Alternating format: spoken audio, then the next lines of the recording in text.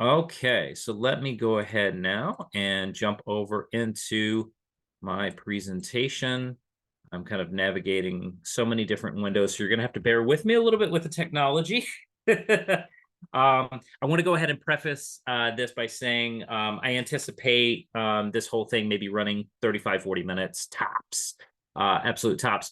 So I wanted to kind of preface this by saying this is a fun subject. It's a fun subject for me. Hopefully, you'll get a little bit more enthusiastic about it because we just turned the corner to 2024, and hopefully, you're getting excited about some of the things that you want to be able to accomplish this year. Maybe some things that you weren't able to hit last year. So, hopefully, we can kind of give you a little bit of a reset and a recharge. I used to teach a course a couple years ago, and I embedded goal setting in every one of the courses. And I'll tell you, some of the information that I have today is kind of next level. It's things that you probably don't hear very commonly. Some of it you will. Some of it are things that you probably have heard, but some are things that I have just known, studied, and incorporated into my own life and have actually proven to be very, very helpful in accomplishing whatever goals that I've set for myself. So basically, that's what we're going to accomplish today is to give you a framework, to give you really, really tried and true principles, foundational elements to make sure that when you're going into this year or even the next couple of months, if you don't want to set a goal for the next year, that's fine. But as you go into the next couple of months, how are you going to be super successful? So again, if we had a little bit more people, or if we were doing this live, maybe a little bit more interactive. So instead of actually turning this into an activity, we'll bypass that. And what I'll do is I'll just kind of put this out there for you. In the past, okay, in recent history, how successful have you been at achieving your goals? What has this actually look like for you? Have you been from all the way to, oh my God, I can't, I'm absolutely worthless. I never accomplish anything. To every now and again, I get what I want. To sometimes I feel pretty good about my progress. To I'm an absolute master. Where are you on that scale? I just want you to sort of have that self assessment first. And if you want to, you can share that in the chat if you're comfortable. This is a completely open space, and obviously no judgment because I will tell you from a standpoint of goal setting, I was not a master for a long, long time. I would fall flat. I would make mistakes. I would get off course, and for a lot of the reasons why I'm going to share here in a second. So, New Year's resolutions. Thank you for sharing that, Deshaun. New Year's resolutions. This is, we're 4 days into the new year. This is the time where everybody starts and thinks about, okay, what is it that I want to accomplish this year? This is like that time where we get this boost of energy to really, really start thinking about, okay, I can have a reset. Maybe 2023 didn't go the way that I wanted to. How can I turn things around in the new year? What I want to challenge you with today, and what I want to remind you of, is that the date is really arbitrary. It does not matter in the grand scheme of things because really we're 4 days older than 2023. So what I want you to think about is really what are the ingredients here that are going to give you real impactful change that you can start implementing, the key principles that are going to make sure that you don't have this lofty goal that you never seem to accomplish year after year that just becomes a frustration for you. Okay. So a really depressing statistic that you might have already known is that 95% of people who set New Year's resolutions fail to achieve them. What's worse is the fact that out of all of the people who set New Year's resolutions, the 5% who do achieve them, I'm sorry, the 95 who don't achieve them fail usually within the first 2 weeks. So it only takes 2 weeks out of the year. So in another week, we're going to see a huge people of the a population drop off that have failed to achieve their New Year's resolutions. So why do you think that is? What are the reasons why people are unsuccessful with their New Year's resolutions, with the goals that they set for that particular year. You can drop those in the chat. You can share your experiences if you'd like. Again, this is a completely open forum here. Thank you. Thank you. Unrealistic time management. Yes, 100%. 100%. You guys are rock stars already. I love it. So here's a nice long list of why people don't achieve the goals that they set out for. Probably the biggest reason is that they're really not goals to begin with. They're actually wishes. And there's a key differentiator in a goal, meaning something that you have a real connection to, and a wish. A wish is something that you hope is going to be the case, but you don't feel invested in the outcome because you feel that a large part of the outcome is outside of your control. I can wish that I will win the lottery, but I understand, right, that there are millions and millions of other people playing the lottery. So I realize that there's not a lot that I can do that is going to control that outcome. And so people set these really high ambitious goals, and a lot of times these goals are shoulds. There are things that they feel like they should do because other people tell them that they should do, or they see their friends doing, or their parents or society wishes upon them, right? You should go to college, you should get good grades, you should have this kind of job, and all of these things. And what's really, really difficult is that if that doesn't resonate with you on an emotional level, which we're going to talk about, if that's not really, really hitting what you care about, what you deem important, your own value system, then they're not goals. They're just shoulds. And one of the things that we know definitively about the 5% who do achieve goals is that those goals are musts. Those are the things that they've 100% committed to. They cut off any possibility that they're going to now put control in somebody else's hands or fate's hands or whatever. They have exercised full control. They've taken ownership of those. They're too vague. A lot of times we set these really ambitious goals, like I'm going to lose weight, or I'm going to get fit. I'm going to be a better person. That's a really, really awesome one, right? What the heck does that mean? They're too vague. They're too elusive, right? And if they're not specific, we can't wrap our hands around it. We can't say, okay, this is actually going to be something that I know definitively when I'm going to reach it, right? A lot of times people are unsuccessful because they focus too much on what they're going to lose rather than what they're going to gain. So think about this in your own life. Think about something that, you know definitively that you want no part of, right? Sometimes I'll hear people say, I'm going to eliminate negative influences from my life. I'm going to cut out all these negative people from my life. And don't get me wrong, that's not a bad thing. But at the same time, that's not telling you what you're going to get. And if you only are focusing on the things that you're removing or the things that you're not going to getting, it's hard to be inspired. It's hard to really follow through with that day in and day out. You need a carrot. You need something that's going to pull you when times get tough, and they inevitably will. You're going to be challenged. If it was easy, it would just be the way, right? Other reasons, they don't have a timetable. I think that's Reem. I think that's what you were kind of referencing.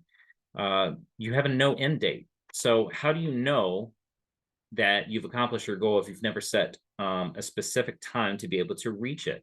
That end date is also so important because it creates a sense of urgency. Also, they're not periodically reviewed. So one of the things that people get wrong in New Year's resolutions, they set them and then they leave them. They don't revisit them. They don't come back to them. And so they're not monitoring their progress. They're not saying, okay, maybe I need to do this to get back on course, right? And then finally, they're afraid of failure. So that fear of failure thing we're going to talk about in a second. And this is something that I relate to. This is something that so many people relate to. So if that's you, totally understand. And again, there is no judgment here. We're all victim of that at some point in time. So what is the difference here? What is the difference in what quality goals are rather than these, vague, unspecific, abstract wishes that most people fall victim to? Well, quality goals are clear and specific because they have a vision, because there is a clear indication of what it's going to be when you get there. What is it going to look like? What is it going to feel like? How is it going to emotionally charge you? And that's the other thing that we're going to talk about here in a second. Quality goals have to be emotionally driven. There was a study that was put out some time ago by the University of Oregon. And they said in the most simplistic terms, because I could get into the more nitty gritty details, but I'll spare you that. But in the most simplistic terms, they said that, a goal, an achievable goal has to have two things, a will and a way, basically your why and your how. If you have those two things, you're significantly more likely to achieve that goal. And that's the emotionally driven part. That is what connects to you on an emotional level. That's what, boosts that dopamine, that serotonin, all of those happy chemicals. If you're just focusing on the logic, that's the shoulds, right? I know I should do this. I know I should quit smoking. I know I should lose weight. I know I should get good grades. But again, does that inspire you? Does that give you that dopamine hit? No. And it's so hard to maintain willpower when you don't have that. So we have to be emotionally connected to our goals. And I'm going to talk about how to get that. They need to be measured, right? We already talked about that. We need to know what progress we're making. They need to be attainable. And that was what, Deshaun, that's what you had referenced. They are not realistic, right? Sometimes we set things that are so ambitious, like I want to lose 50 pounds in a month. Okay. Yeah, that's awesome, but not realistic. If you made $20,000 last year and your goal this year is to make 200,000, not realistic, right? We need to make sure that what we are shooting for requires consistent effort, but doesn't overwhelm us to the point of defeat, right? We need to have an end date. This is another important thing. We need to have an accountability system, because no matter how emotionally driven that we are, no matter how inspired we are, it's difficult to sustain over time, no matter who it is. You're going to have an off day, right? Or you're going to have an off week. You're going to get sick, right? You're going to have something that's going to interfere. We're going to talk about those interferences in a little bit, but you're going to have things that are just going to come up, and it's okay. It's a part of it. So I just wanted to make sure that that we talked about that here really quick. Okay, this is a really, really cool thing. I had to share, and it had to be part of today's presentation. If there is the most critical piece to getting your goals accomplished for this year, this is it. This is the foundation. This is the very first step. Create a vision. A vision is when you become laser focused on where you want to go. Okay, now that sounds overly simplistic, but what am I actually talking about here? I'm saying that in order to be really, really inspired to do what's necessary to accomplish a goal, meaning that you're going to push yourself a little bit, you're going to have that drive to go in and day out, you need to know exactly what it's going to look like when you reach the destination. And I love this quote by Arnold Schwarzenegger. He says, create a vision of who you want to be and live into that picture as if it were already true. And if you ever, and I'm going to include this in resources that I'll send you guys later. I'm actually going to drop this in the chat before I forget. I have something that I wanted to make sure that I share with you guys. So these are, and I don't want to forget to do it. Let me drop it into the chat now. Okay. This is a shared drive folder. So we've got two things in there that we'll reference here in just a little bit. But if you ever want to be super, super inspired, watch this video from Arnold Schwarzenegger that I included in the document. It's short, it's powerful. It's incredible that somebody who can grow up poor in Austria, can come to the United States as a young man and accomplish what he has. He's not only mastered one career, but he's mastered three, and achieved just incredible things. Multimillionaire, governor of California, all those types of things. So just an incredible story. So here's the next step for all of you. So as we go through this, here's what I want you to do. Make sure that you get a sheet of paper out, and I want you to write down a couple of things. And because as we go, I want you to kind of refine this a little bit for you. Start thinking about right now one area. This is all we're going to focus on today. One area of your life that you want to improve. It could be health, financial, education, work, career, relationships. It could be spirituality. It could be whatever you want. You don't need to be limited by this list. But I just want you to focus on one. What is one specific area of your life that you want to improve? Okay, so that's going to be the first step here. Then what we need to really start thinking about in order to create that emotional drive, that emotional connection, is really thinking about your why. Okay, you probably heard of this concept. It comes from a great guy named Simon Sinek, who really started coining that phrase, your why. Focus on your why, find your why. He's got books and everything like that. Highly recommend him. But the why is going to be what provides that magnetic pull. There are two types of motivation, and I want you to remember this. There's push motivation, which is your shoulds, and the pull motivation, which is your musts. When you connect to things on an emotional level, that's what you get. You get a pull motivation, which is a heck of a lot easier to sustain because you're always attracted to it. You're always going to find things that are going to keep your goals relevant to you, right? They're going to keep the things in your life that are remotely related to your goal relevant, right? I want you to think about this as an example. Have you ever wanted to, well, let's just do this. Think about a car that you really, really like, right? It could be your own car, or it could be the car that you desire the most, your next car, we'll call it, right?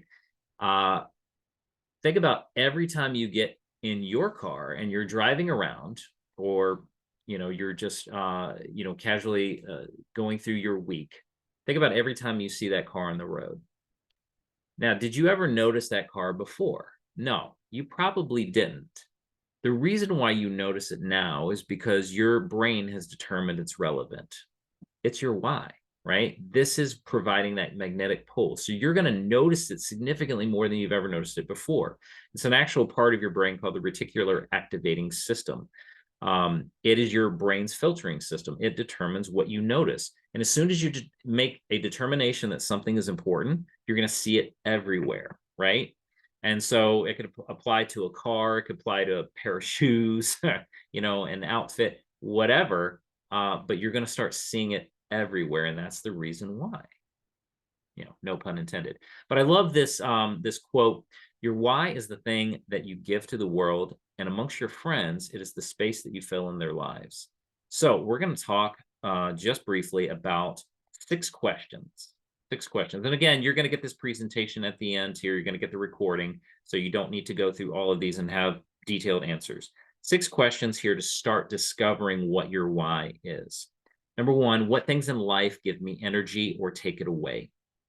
That could be super telling. Walk through your day, walk through your job, walk through school, walk through every aspect of your life and document. Is this inspiring me? Is this waking me up? Is this giving me energy and life and enthusiasm? Or am I feeling drained right now? Is this sucking the life out of me?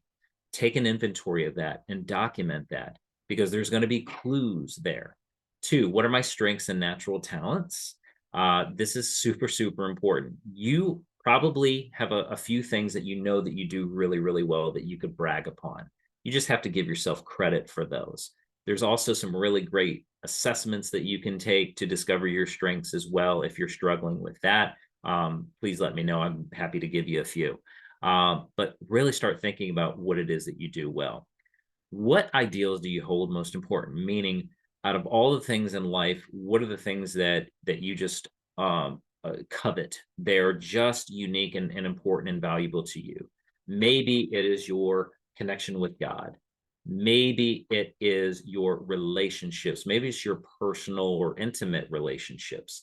Maybe it's your influence, right? Maybe you take pride in your leadership, right? So what are those ideas? What are the things that you deem most important? Four, what are the things that others think about your value to them? That was what Simon Sinek was saying. Take an inventory of what other people around you say your value really is. Ask them, what are my strengths? What am I known for? Why do you like me? That could be really, really telling. Five, when in the past have you been successful? That gives you clues about what you're already rocking, how you're doing. And then number six, what do I want my legacy of impact to be? And that sounds very, very deep, very powerful, because it is. At the end of the day, at the end of 90 days, which is all that we're going to focus on today, what do you want to look back on and feel good about? At the end of this year, right? When we turn the chapter and we're January 4th, 2025, what do you want your legacy of impact to be? How do you want others to feel about you and what you contributed to them? So these are all deep, powerful questions. And again, I want you to just start thinking about them. What area of your life do you want to improve in the next 90 days? So I'm going to go back to that question and I want you to revisit. What is that area for you that you want to change? And then what we're going to do now is we're going to take it just a step deeper. And we're going to say, I want you to think about this and write down what your dream scenario actually looks like for that goal. And you may not have it in clear detail yet. We're going to add some steps. We're going to add a few things to get it more crystal clear. Okay. But what I want you to really get to is, what is the desired outcome? What's the finish line for you actually look like? Is it a fitness related goal? Are you looking to, are you already looking ahead to beach season and thinking about, how you're going to present, on a family vacation, right? Are you thinking ahead towards next fall and maybe admission into a program that you want to apply for? Are you thinking about, acquiring a new vehicle? Are you thinking about getting a new job, right? But really, really start thinking deeper about that and really start asking yourself, what is my desired outcome and why? Why does that matter to me in the first place? So I see myself, fill in the blank. And allow that to just marinate here for a second. As I'm going through this, feel free. I'm a little disappointed. I had a couple of other people who had registered for this literally today. I don't know where they are or why they were having issues getting in, but it is what it is, I suppose. Okay. So, what does your finish line look like? So, keep jotting down your notes, keep writing things down, because again, I'm not holding you up on time. I want to make sure I get through everything efficiently.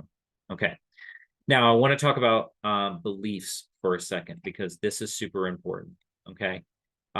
This is one of those things that I thought that I could leave off of today, but it's so incredible to know, and it's so important to know, because this will be ultimately the fuel that gets you over the hurdle that ensures your success, or it will be the one thing that kills it.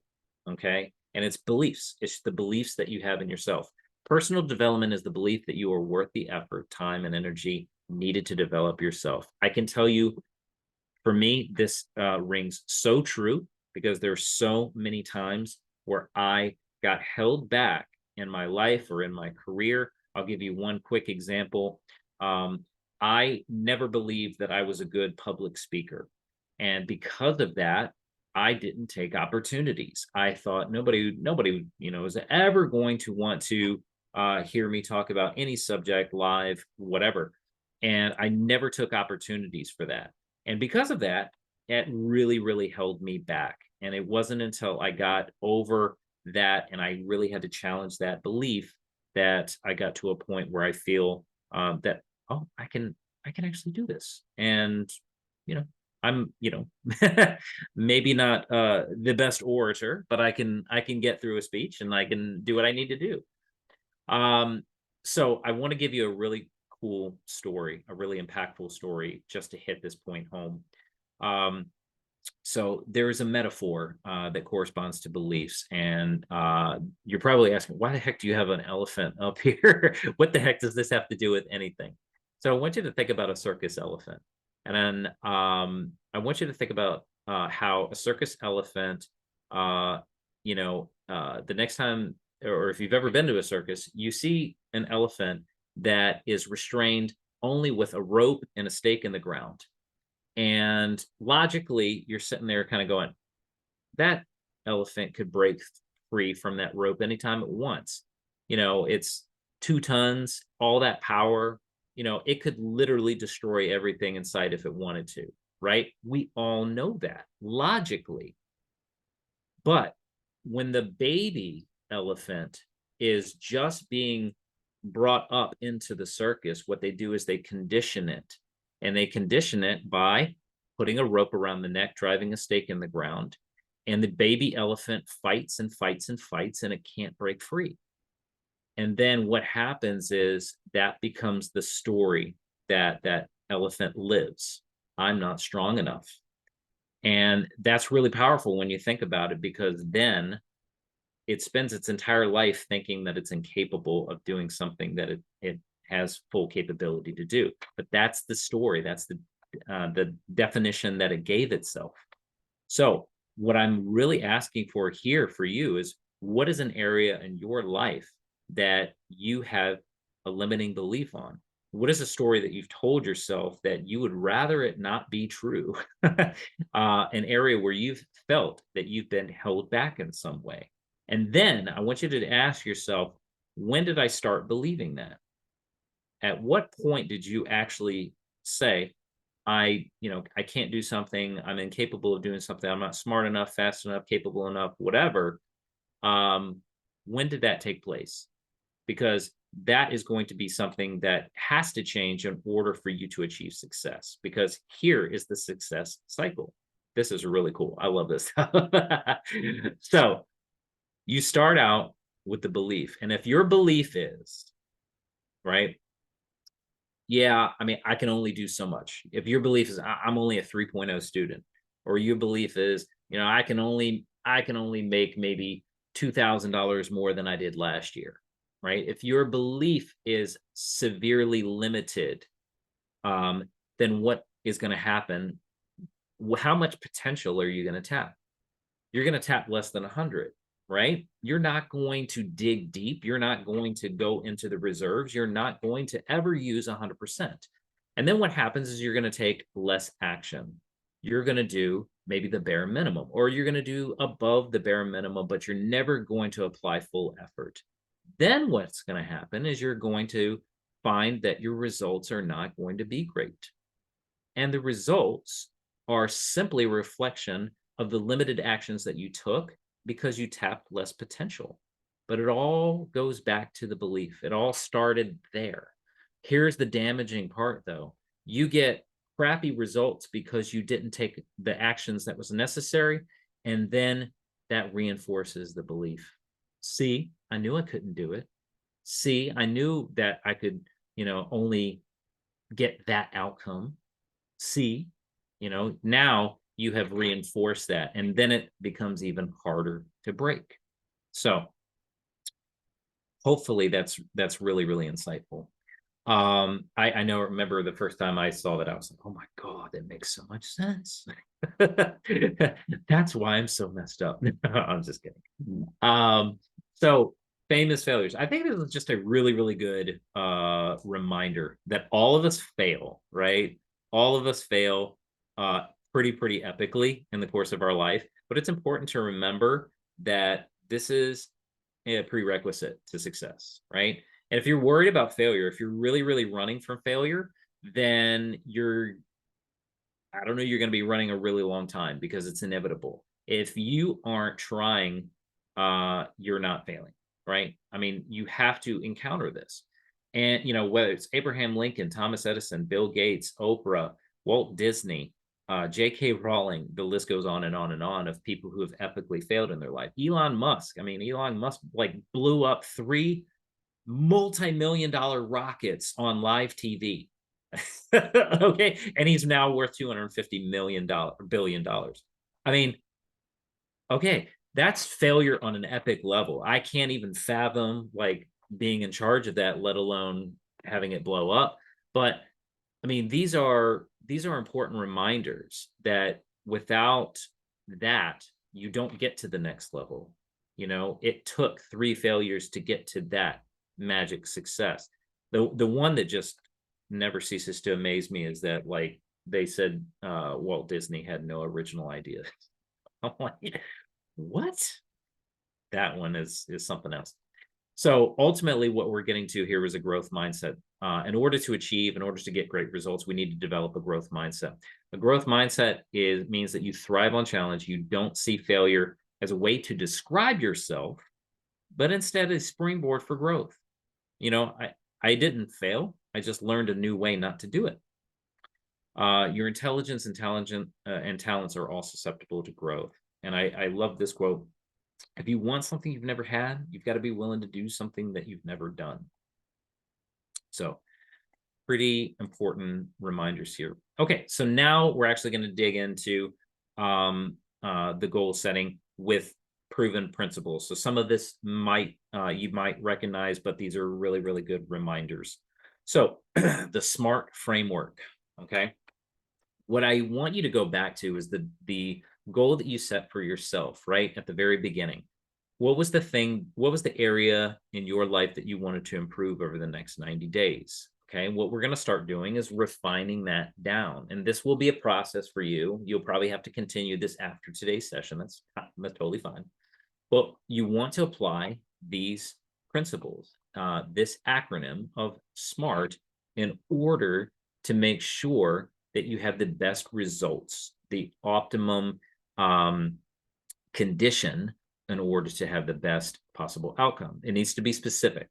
So specific meaning I want to save $1,000 in 90 days. That would be an example of something specific, right? Because we have a tangible outcome. Measurable, I want to lose 20 pounds before March. Attainable meaning, again, something that you have to maybe stretch yourself or apply a little effort to do, but something that's not going to kill you to do, right? So for example, for me, I will commit to writing 1 new article a week. If I'm working 40 hours a week, 1 new article might be enough. That might be pretty busy.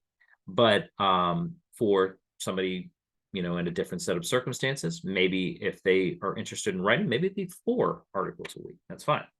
Relevant. So relevant goes all the way back to, why does this matter? Why? What is your why? How does this resonate with you on an emotional level? I want to achieve no less than a 3.8 GPA to ensure admission into my program because I'm committed and inspired to have that as my career. Time bound, I will make 5 new professional contacts within the next week. So we ended it with, when are we going to have that completed by? So a few examples of what this actually looks like in action. So instead of, I just want to make more money, because Lord knows, don't we all? We actually maybe want to focus on what we're going to do.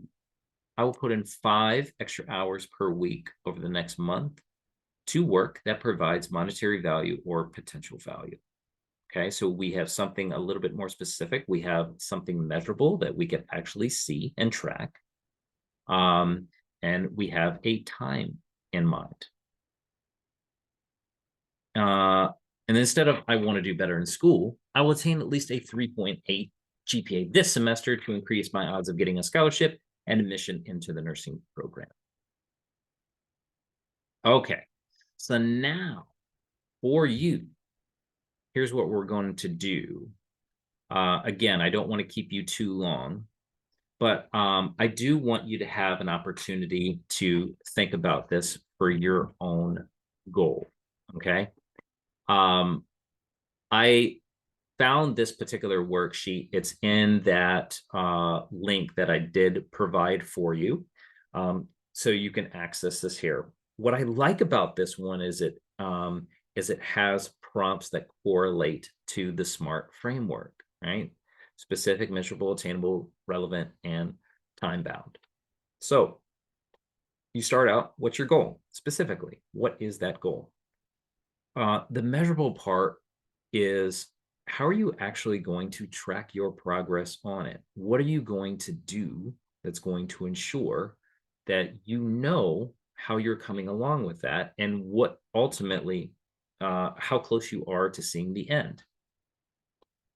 I will achieve this goal by doing the following. So this is actually breaking down the tangible steps in order to get there.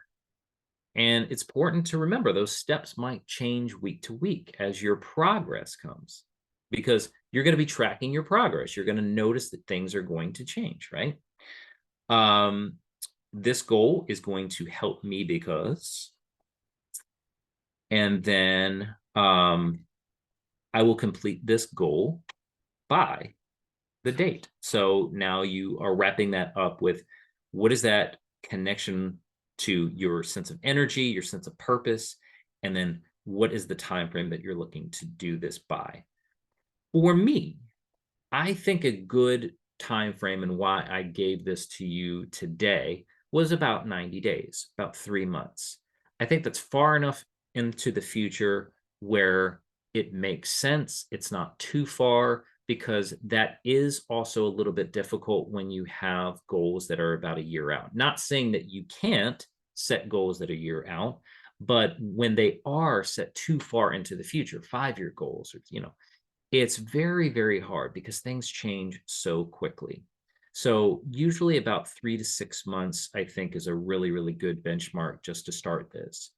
And then particularly in that A piece of it, then you want to think about, okay, what do I need to do to get this started? What are the actual action steps to ensure that I'm going to do this over the course of each week and each day, and break that down? Okay. So I want to give you an example. This is one of my goals for the year. Okay. So anybody who knows me knows I like LinkedIn. It's my little playground. I enjoy it. I think it's a really, really great benefit to anybody in their career. So for me, I would like to be able to increase my LinkedIn following 80% over the course of this year. Now, I know I just broke my own rule. I said don't make a goal for the year, but I feel like this one is attainable because of how I've broken it down. I'm going to track and monitor. So this is in step 2, right? How is this going to be measured?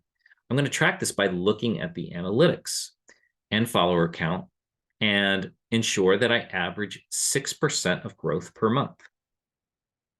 How I'm actually going to do this is engaging daily on the platform. And these are effective strategies. These are things that, individuals who, are active on any form of social media know, proves different or desired outcomes. I'll post new content 5 times per week, comment on others' post 5 times a day. Okay. And are those things realistic? Are those things attainable? Yes, because generally speaking, in terms of total time commitment, we're maybe talking about 20 minutes a day. This goal helps me because it enhances my career credibility and provides new opportunities to increase impact as well as income. And then lastly, I will complete this goal by a year from now, 1/4/25. So hopefully that just kind of provides you an example then of how to break down your specific goals. Now, one of the things that I think in my entire presentation, I neglected to mention is the importance of writing this all down and keeping it in front of your face. So I want to make sure that the worksheet that I provided for you, print it out, write them down, get it everywhere. Okay. It's got to be front and center. It's got to be in your mind all the time. When we talk about that emotional intensity, the drive, the inspiration, that's how you get that day in and day out. See it, feel it, live it, experience it. Um, I would be remiss, and we're closing in on today's session because, again, I wanted to kind of keep today tight. I'd be remiss if I didn't mention the fact that challenges happen, adversity happens. This is the part of life, right? You could be so inspired. You could have a very, very compelling goal, super realistic, something that you're fired up to do, and somebody drives a car through your living room. It's just like, I mean, yeah, that's just the nature of life. That's how things happen, unfortunately, is that, as much as we desire structure and predictability in our life, we get a whole lot of spontaneity and uncertainty. And that's kind of the beauty of life as well.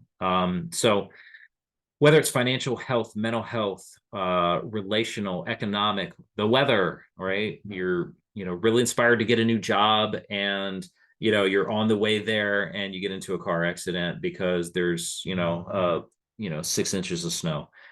I mean, sometimes these things happen. And so the fact is, it's important to recognize that it's not going to go perfect, and you are going to have challenges that are going to happen along the way. You remember what we talked about in the very beginning about the magnetic pull? When you have magnetic pull, you are less deterred by these things, right? You're so driven, you're so compelled to do what it is that you're set out to do, that the challenge or the adversity doesn't matter nearly as much. Okay. So, consistent check-ins. Okay. So we're winding down here. I will only have like 2 more slides or 3 more slides. So make sure you put your goal where you can see it every day. Include images. Images are incredibly helpful. If you have a specific target in mind or a goal in mind, create a vision board or produce an image of yourself, similar to what Arnold Schwarzenegger said in the beginning. See yourself as though you're already there.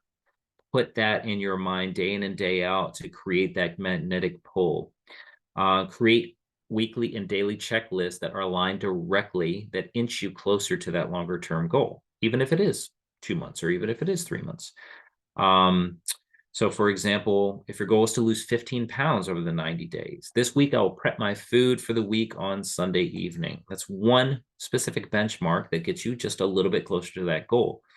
Something that's so important, I didn't mention this entire presentation, that is like the king of all notes, is that success is not a cataclysmic event. I think all of you know this logically, but it's important to remember that you don't get this thing called success. You don't get a really, really awesome outcome without the consistent little things day in and day out. You don't get a 4.0 GPA just by happenstance.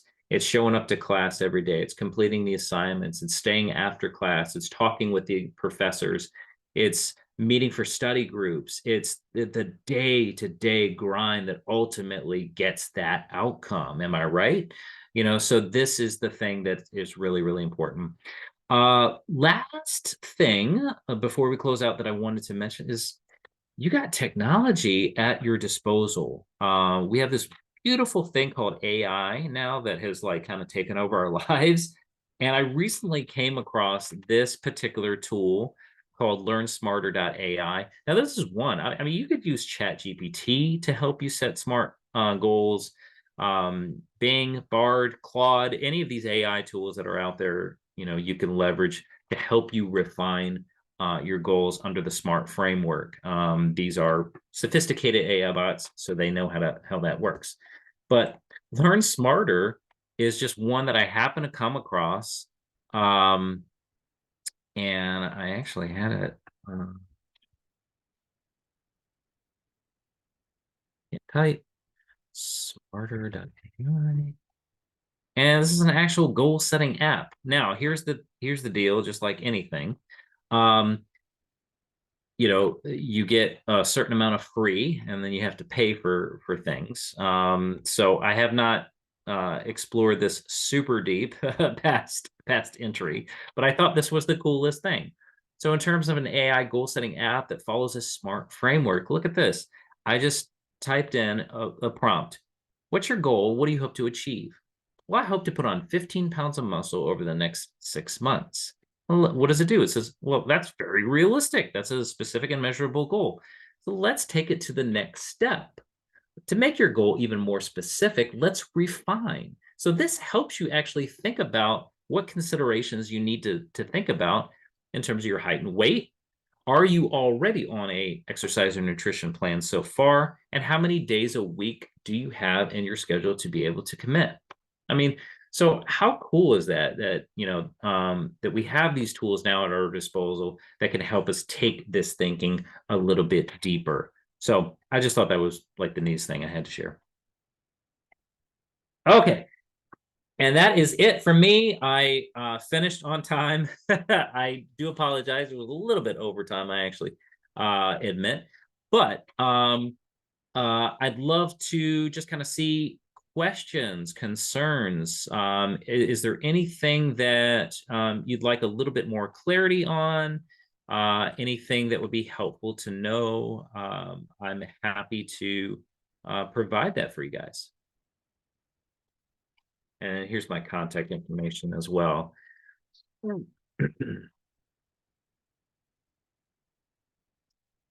Thank you, Reem. I appreciate that.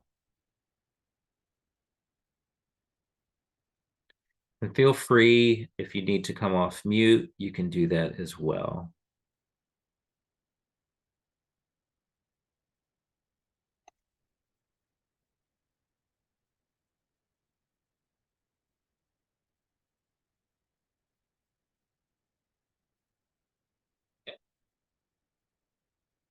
Well, here's my contact information. I really, really appreciated the time to be able to elevate your goal setting game.